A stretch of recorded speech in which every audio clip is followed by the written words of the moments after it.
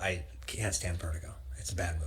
Other than the fact that people just ignore how horribly bad Jamie Stewart is in the movie, the fact he looks like Robert Young, all right, is Marcus Welby, all right, playing that character, the fact that even Kim Novak hated her performance in the film. And it's just boring 50s melodrama stretched out. But it's also a movie that people don't call bullshit on. You know, when people says, oh, it's great, people just nod and say, oh, it's great. Now, look, I will give you, I have not seen Vertigo since the big Universal re-release of it in the 80s. 83, yeah. So I might change my mind on it. I haven't watched it because I really don't think I will, but I think I will coming up just so I can feel secure about this. I do remember it sitting comfortably in the type of stuff in the 50s Hollywood cinema I abhorred. Yeah, the more detail you get, the more it's turning me off. What's your favorite film of Siegel's? Dirty Harry. I think you can quibble about this one or that one, but I think Dirty Harry is so drastically his best film. I mean, it's just a really terrific audience picture. It's about as good as an audience picture can get. Really works. Yeah. I remember the reaction of the audience sitting in the theater in 1971 with the film, and I saw it like about 3 times. And I remember the audience just loved it. Yeah, you even said, I think all my liberal friends are going to disown me. Exactly. That's what he was afraid of.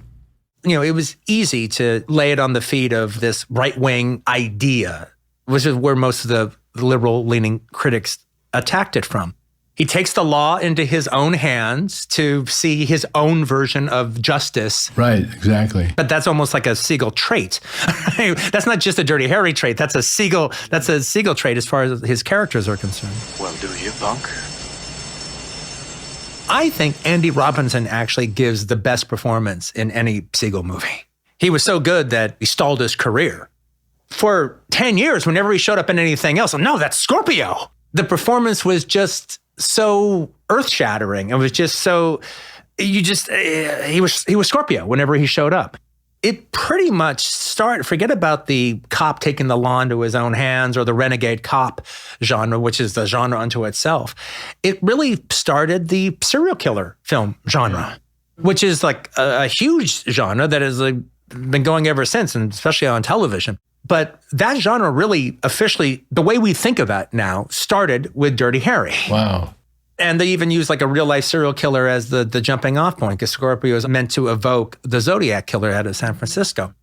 But one of the things about it, seeing it back then, you couldn't believe, just as an audience member, I'm talking about me as a little kid, but also just the adults around me, they couldn't believe the depravity of Scorpio. It seemed unbelievable just how fucked up this dude was. But as time has gone on, we've realized it wasn't so wrong. It was, yeah. He wasn't, exaggerating. It wasn't that exaggerated. Yeah. But it actually just tells us who we were then. We had an innocence when it came to that type of violence that we do not possess anymore. But we had then. So, in a strange way, the adults and I were sort of on the same page. But naughty giggles weren't the only thing I heard coming from the grown-up audiences.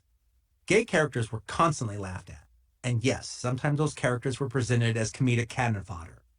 Diamonds Are Forever and Vanishing Point. But not always. Sometimes it revealed a real ugliness in the audience. In 1971, the same year as Diamonds Are Forever and Vanishing Point, I sat in a movie theater watching Dirty Harry with my parents. On screen, Scorpio, Andy Robinson, the film's surrogate for the real-life Zodiac killer, stood on a rooftop in San Francisco holding a high-powered sniper rifle pointed down at the city park. In the scope sight of Scorpio's rifle was a gay black man wearing a flamboyant purple poncho. What's memorable about the tableau is the scene itself we see play out inside of Scorpio's rifle sight. Purple Poncho is on a date with a hippie-like cowboy type with a black mustache who looks a hell of a lot like Dennis Hopper's character from Easy Rider. In the movie, we get a pretty clear idea of what's going on. They don't appear to be a couple. The two men are definitely on a date. The cowboys just bought Purple Poncho a vanilla ice cream cone, and without any physical contact between them and played completely silently, we can tell the date is going pretty well. We can tell Purple Poncho is having a good time, and the Dennis Hopper-type cowboy is charmed by him. This silent scene might be one of the most non-judgmental depictions of gay male courtship ever presented in a Hollywood studio film up to that time. Yet, at the same time, we watched it all through the scope sight of Scorpio's rifle, with the crosshairs aimed directly at Purple Poncho. But, when I was a little boy, how did I know the fellow in the purple poncho was gay? Because at least 5 patrons laughingly said out loud, "Ha ha, it's a faggot!" including my stepfather, Kurt. And they laughed at his antics, even though their only view of him was through the rifle sight of a vicious killer, while Lalo Schifrin's eerie "Killer's Got a Victim in His Sights" music accompanied the visuals on the soundtrack. But I felt something else in that theater full of grown-ups. As opposed to the other victims in the film, I didn't really feel the audience of adults had a tremendous amount of concern for Purple Poncho. In fact, I'd say a few filmgoers were rooting for Scorpio to shoot him. In the Mad Magazine spoof Filthy Larry, when Larry spots Scorpio on the roof with a rifle aiming his gun at the homosexual, Larry arrests the homosexual. On the ride home, even if I didn't have questions, my parents would talk about the movie we had just seen. These are some of my fondest memories. After being exposed to all these images, did any of them disturb me? Of course some did, but that didn't mean I didn't like the movie. When they removed the naked dead girl out of the hole in Dirty Harry, it was totally disturbing, but I understood it. Scorpio's inhumanity was beyond the beyond.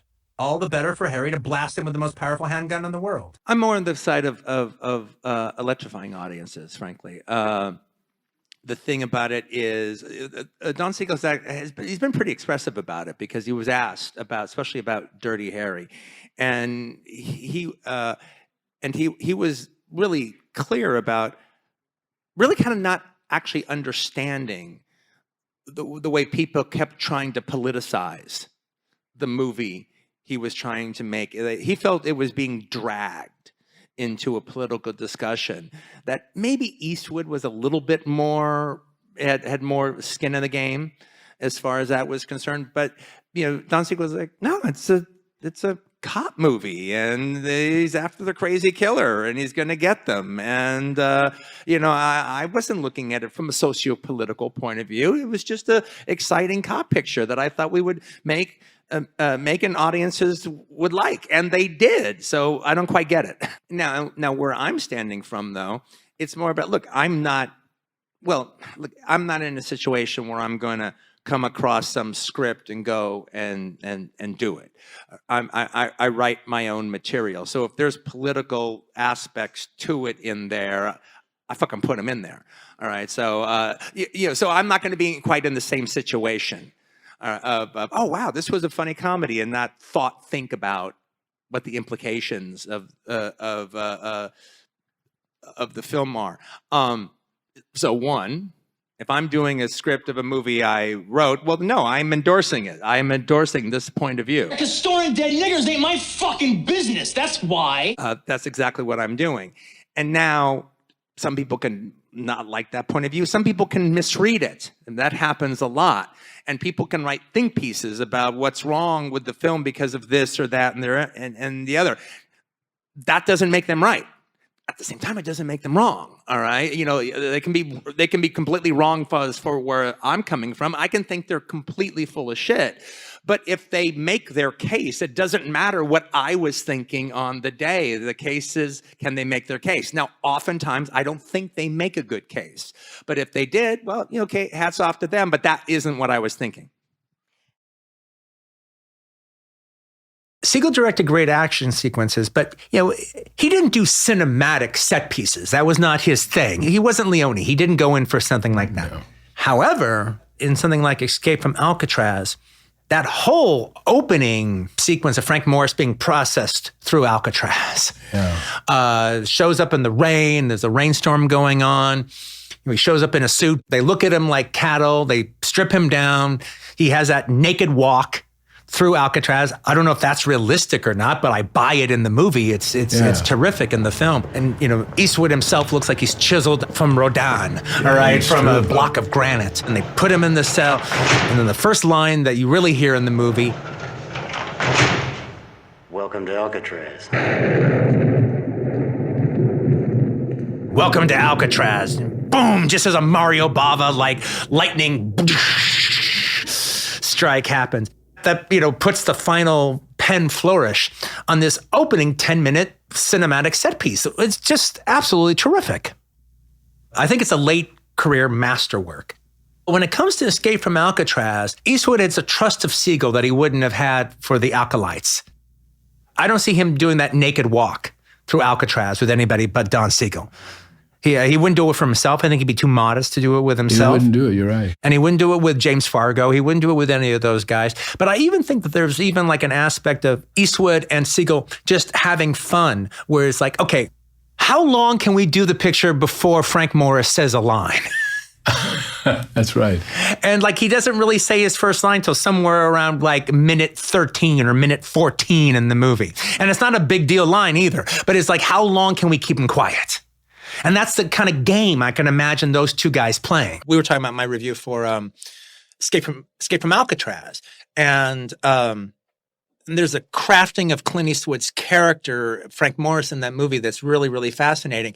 And you could actually kind of feel like Eastwood and Siegel working together, like, how long can we go before Frank says anything? Yeah. Yeah. You actually feel that. You actually feel, and it's not self-conscious the way it is in with McQueen and Le Mans. All right. It actually seems like, no, it's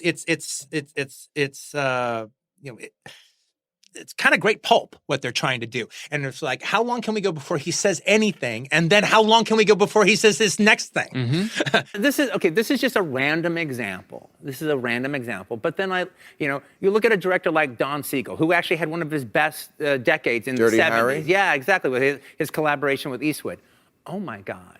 If he had quit his career in 1979 when he did Escape from Alcatraz, Yeah, but all right, but he gets like dribbles away with two more other ones. What a final film! What a mic drop!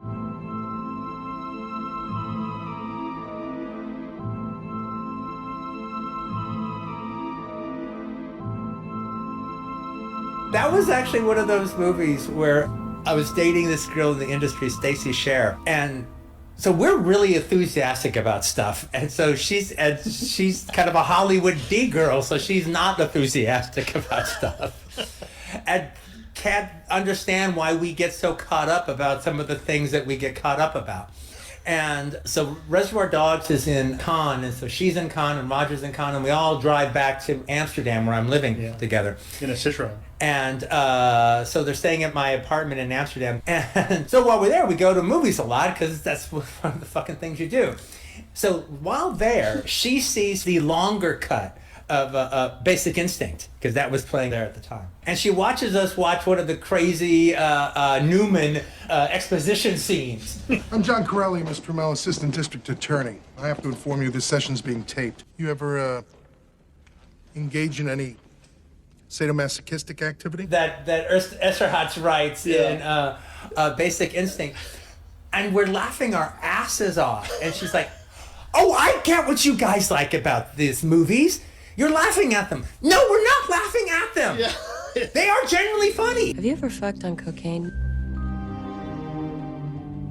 It's nice. That would mean that we have derision about them. That would be like you. No, they are actually funny. We're laughing because we love it. Yeah, we love it. This is actually funny. Now, we have the right sense of humor and we get it and nobody else gets it, but that makes it all the better. It's pretty hot under these lights, huh, Seinfeld? Pretty hot. Actually, I'm quite comfortable. Number 6 is my David Fincher movie. And surprise, surprise, more to me than to anybody else, it's not Social Network. Yes. Of course, Zodiac, all of its kind of lulls and ambiguity and It not has all knowing. that. Now, none of that bothers me. And it's not a bug, it's a feature almost. I remember, and this was an interesting thing, because this goes against what I was talking about, the euphoria or the euphoria or the ephemera of some of these other movies and experiences I've had. When I was watching Zodiac that first time in the movie theater, I wasn't having that great a time. No. I'm not saying it was a bad, but I wasn't really enjoying this long road. And then it started playing on the movie channels, and I had all the movie channels. Yeah. And then next thing I knew, it would be on, And I'd watch like 20 minutes of it or 40 minutes of it. Wow, this is a lot more engaging than I remember it being. And then it kept grabbing me at different sections as I would just be turning the dial and like, okay, I'm gonna fucking sit down and watch this goddamn thing again. Oh, and it was a whole different experience from that point on. And then I found myself every 6 or 7 years watching it again. Yeah. And it's a luxurious experience that I just give myself over to, and happy to be there the entire time. Now, let me ask you a question. Has that guy you had on your show that came up with the theory of the I hate the internet guy? Yeah. Has that been debunked, or is that getting more solid as time has gone on? That was a couple years ago, right? He believes he found the real Zodiac. He was pretty fucking convincing. How come nobody cares? I don't know. How come nobody fucking cares?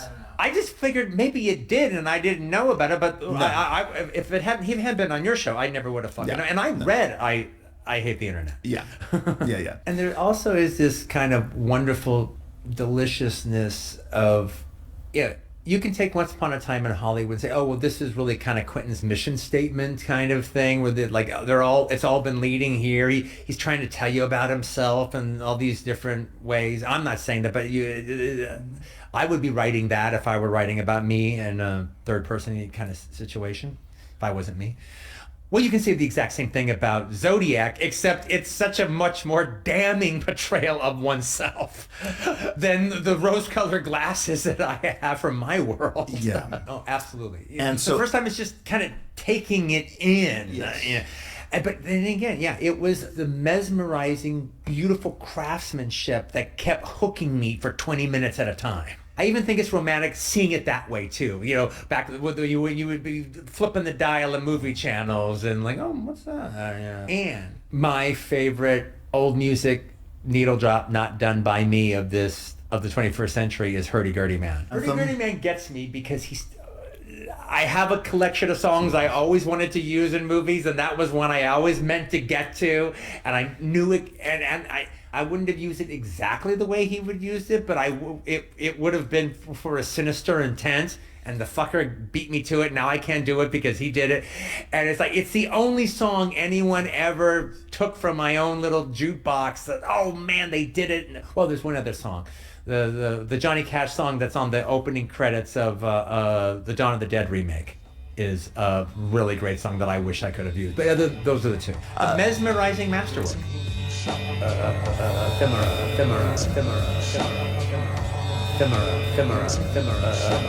Thimera.